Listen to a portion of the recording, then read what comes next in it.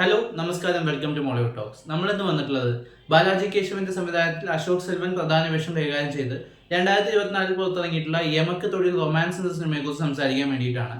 Cinema കുറച്ച് മാസങ്ങൾക്ക് മുമ്പായിരുന്നു തിയേറ്ററിൽ റിലീസ് ചെയ്തിട്ടുണ്ടായിരുന്നത്. ഇതൊരു കംപ്ലീറ്റ് റൊമാൻറ്റിക് കോമഡി സിനിമയാണ്. സിനിമയുടെ കഥയിലേക്ക് വരികയാണെങ്കിൽ അശോക് സെൽവന്റെ പൊതുവെയുള്ള റൊമാൻറ്റിക് കോമഡി സിനിമകളിൽ കഴിഞ്ഞ കുറേ നാളുകളായിട്ട് രണ്ടോ മൂന്നോ പ്രണയങ്ങളും നായികമാരും ഒക്കെ ഉണ്ടാവാറുണ്ട്. ആ ടൈപ്പ് സ്റ്റോറി ലൈൻസ് കുറെ ആവർത്തിച്ചു വന്നിട്ടുണ്ടായിരുന്നു. പക്ഷേ സിനിമയിലേക്ക് വരുമ്പോൾ അതൊരു ഒറ്റ ലവ് സ്റ്റോറി ആയിട്ട് ചുരുങ്ങിയിട്ടുണ്ട്. അതിൻ്റെതായിട്ടൊരു ക്യാൻവാസ് മാത്രമേ സിനിമയുടെ കഥയ്ക്കുള്ളൂ. ഒരുപക്ഷെ കുറെ അധികം കാലം മുമ്പേ പറഞ്ഞു തുടങ്ങിയിട്ടുള്ള ലവ് സ്റ്റോറി തന്നെയാണ് ഇതും. അതിന്റെ ഫസ്റ്റ് ഹാഫ് എന്നൊക്കെ പറയുമ്പോൾ നായകൻ ഇതുപോലെ നായികയെ കാണുന്നതും പ്രണയിക്കുന്നതും ഈ സ്വിച്ചിട്ട പോലെ വരുന്ന പ്രണയവും അതിനുശേഷം ഉണ്ടാകുന്ന ചെറിയ തർക്കങ്ങൾ, ഒരു ബ്രേക്കപ്പ് കൈൻഡ് ഓഫ് സിറ്റുവേഷൻ ഒക്കെ വരുന്ന അങ്ങനെയുള്ള സംഭവങ്ങളൊക്കെ തന്നെയാണ്. അതുകൊണ്ട് തന്നെ ഇന്റർവെൽ വരെ പേഴ്സണലി എനിക്ക് ഈ സിനിമ അത്രയ്ക്ക് അങ്ങോട്ട് ബോധിച്ചിട്ടുണ്ടായിരുന്നില്ല. എന്നെ അങ്ങ് എൻഗേജ് ചെയ്യിപ്പിക്കുക എന്ന് പറഞ്ഞാൽ ബോറടിക്കൊന്നുമില്ല. അത്യാവശ്യം ഒരു ഓളത്തിലൊക്കെ പോകുന്നുണ്ട്. ചെറിയ തമാശകൾ അവിടെ ഇവിടെ വരുന്നു എന്നൊക്കെ പറഞ്ഞ് അങ്ങനെ ഒഴിച്ചു നിർത്തിയാൽ ഫസ്റ്റ് ഹാഫിൽ ഒരു ഹൈ സംഭവം ഒന്നും ഉണ്ടായിരുന്നില്ല.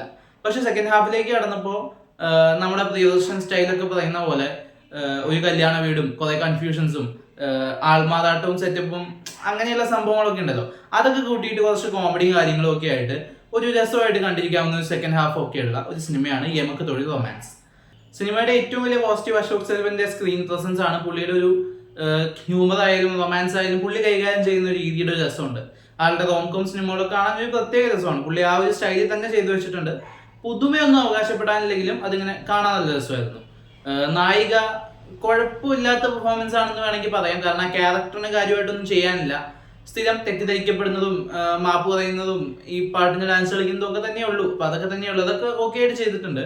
പിന്നെയുള്ളത് എടുത്തു പറയാനുള്ളത് തീർച്ചയായിട്ടും ഇതില് ഉർവശിയുടെ ഒരു ക്യാരക്ടർ ഉണ്ട്. അശോക് സെൽവന്റെ അമ്മയുടെ വേഷമാണ് ചെയ്തിരിക്കുന്നത്. കുറച്ച് സ്ക്രീൻ ടൈമേ ഉള്ളൂ, പക്ഷെ ഉള്ള സമയത്തൊക്കെ ഭയങ്കര രസമായിരുന്നു.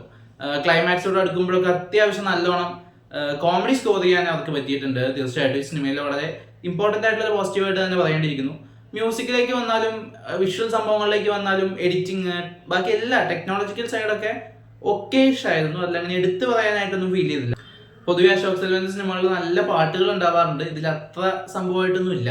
പിന്നെ ട്രെയിലറിൽ കാണിച്ചൊരു 2 ലുക്കൊക്കെ കണ്ടപ്പോൾ ഞാൻ ഇതിലും ഈ പറഞ്ഞ 2 ലവ് സ്റ്റോറി ഒക്കെ ഉണ്ടാവും എന്നൊക്കെ വിചാരിച്ചു.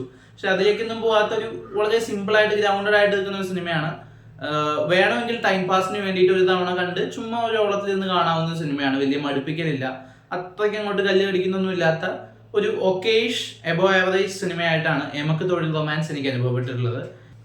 അപ്പോൾ ഈ സിനിമ നിങ്ങൾ കണ്ടവരാണെങ്കിൽ സിനിമയെക്കുറിച്ചുള്ള അഭിപ്രായങ്ങൾ കമന്റ് ബോക്സ് വഴി രേഖപ്പെടുത്തുമെന്ന് വിശ്വസിക്കുന്നു. നമുക്കിനി മറ്റൊരു വീഡിയോയിൽ വീണ്ടും കാണാം. ബൈ.